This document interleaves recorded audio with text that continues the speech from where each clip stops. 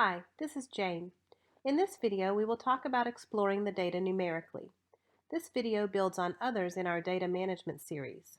In the database organization and password protection and data cleaning and recording videos, we discuss how to prepare your data for analysis. Now, you might be thinking, why bother? As evaluators, we do our best to ensure that the data gathered will allow us to tell the story of the data. Before you perform any statistical tests, you want to make sure you know your data and that you have good data with which to tell the story. This is also the time to confirm your understanding of how the data were collected and coded so that you know how to interpret your results. So let's get started. There are a number of ways to check that the data are, for the most part, as you expected. The first is by simply sorting the data and taking a quick look through the responses for a particular variable of interest. Let's look at overall rating, for example. We know that typically festivals are rated on the high or positive end of the scale, so we would expect to see many more 5s than 1s in our overall code variable. First, click in the top left corner of the spreadsheet. Choose the Data menu.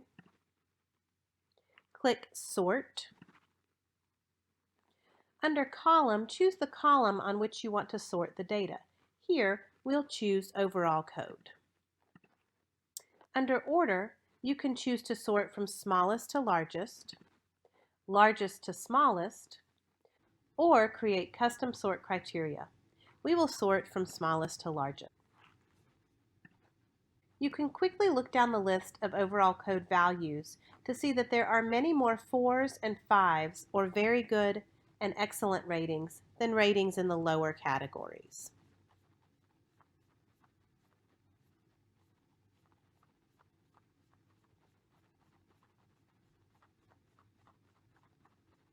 Another way to view frequencies of responses is to create a frequency table.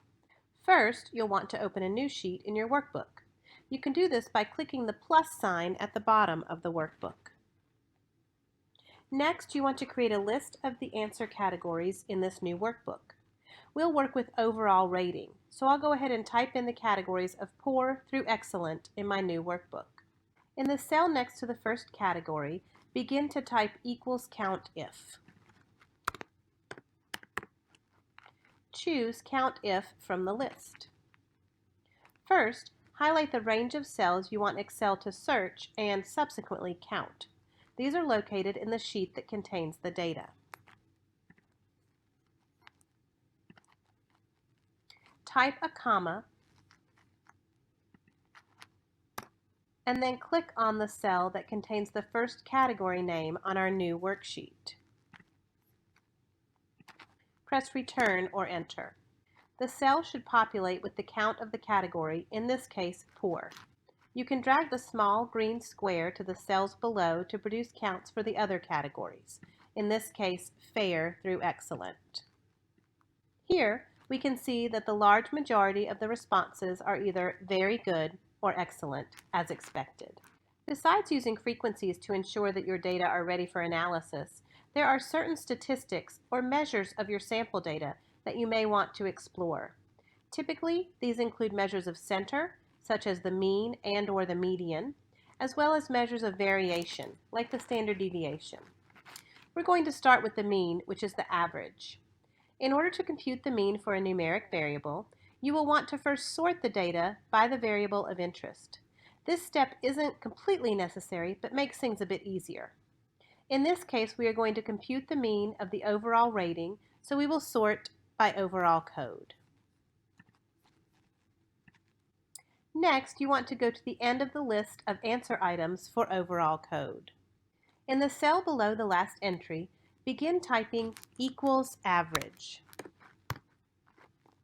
Once you begin typing, this will appear as an option to choose. Highlight all of the cells that contain data for the variable for which you want to compute a mean. A quick way to do this is to click on the last entry, hold down Shift and Command or Control on a PC, and press the up arrow. This will also select the column header, which you don't want in the range.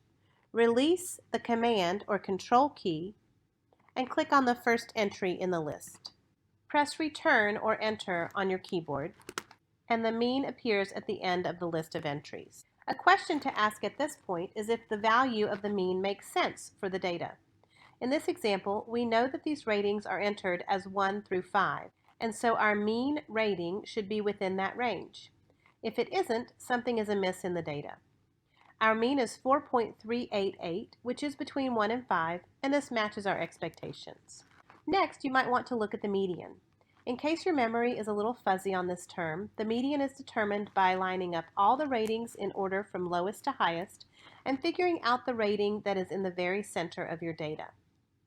In the case that you want to report the median as the measure of center, either on its own or in conjunction with the mean, you can compute the median using the same method we did to compute the mean.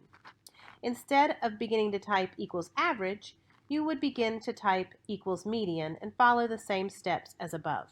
We see that our median is 5, which may seem odd, but recall that most of our responses were excellent or 5.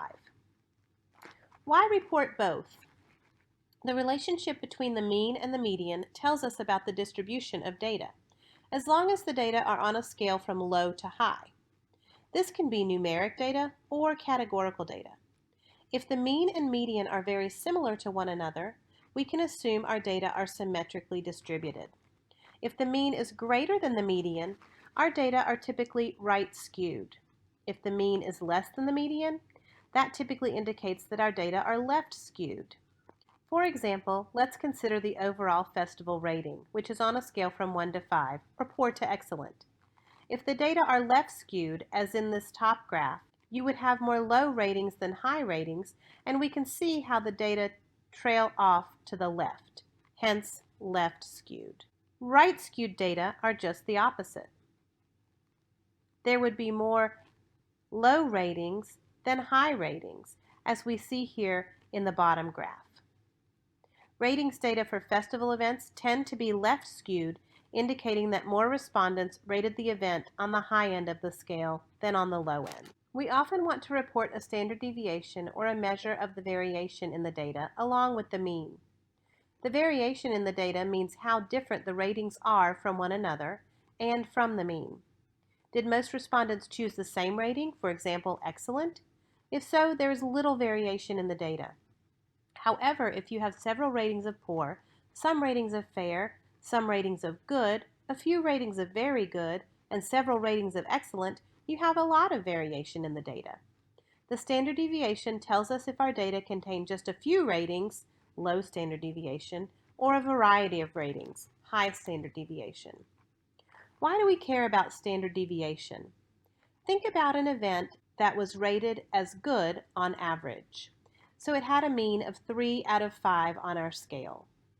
This could happen if all 100 respondents rated it as good, or 3, and you would compose your report or presentation based on this information.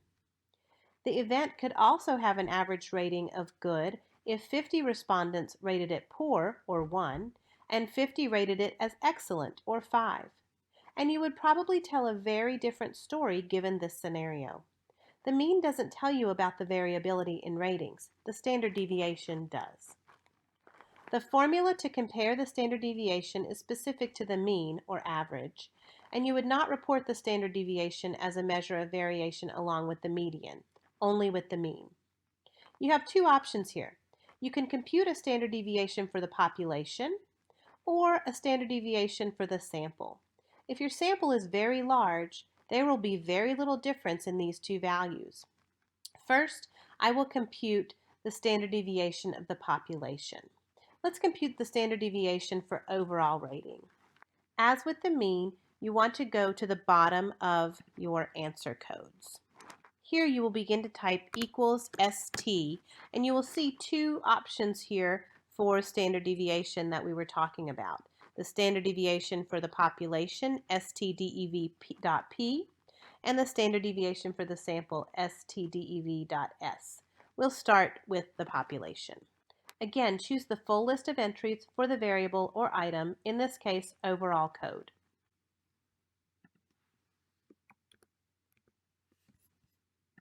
Click Return or Enter, and the population standard deviation appears. You can repeat this process to compute the standard deviation for the sample using stdev.s.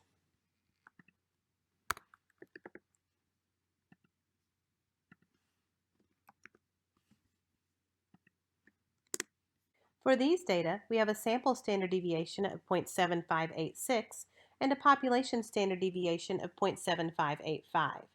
You can see that because we have a very large sample, these two are very close in value. We can interpret the sample standard deviation as the average number of units our entire set of ratings is from our mean or average of 4.388. Thinking about our scale from 1 to 5 and the magnitude of our standard deviation, we can think of this as saying that there is very little variation in our data, and most of the ratings are in the same one or two categories. We can see this from this graph of the data as well. Most of the ratings are in the very good or excellent categories with little representation for good, fair, or poor.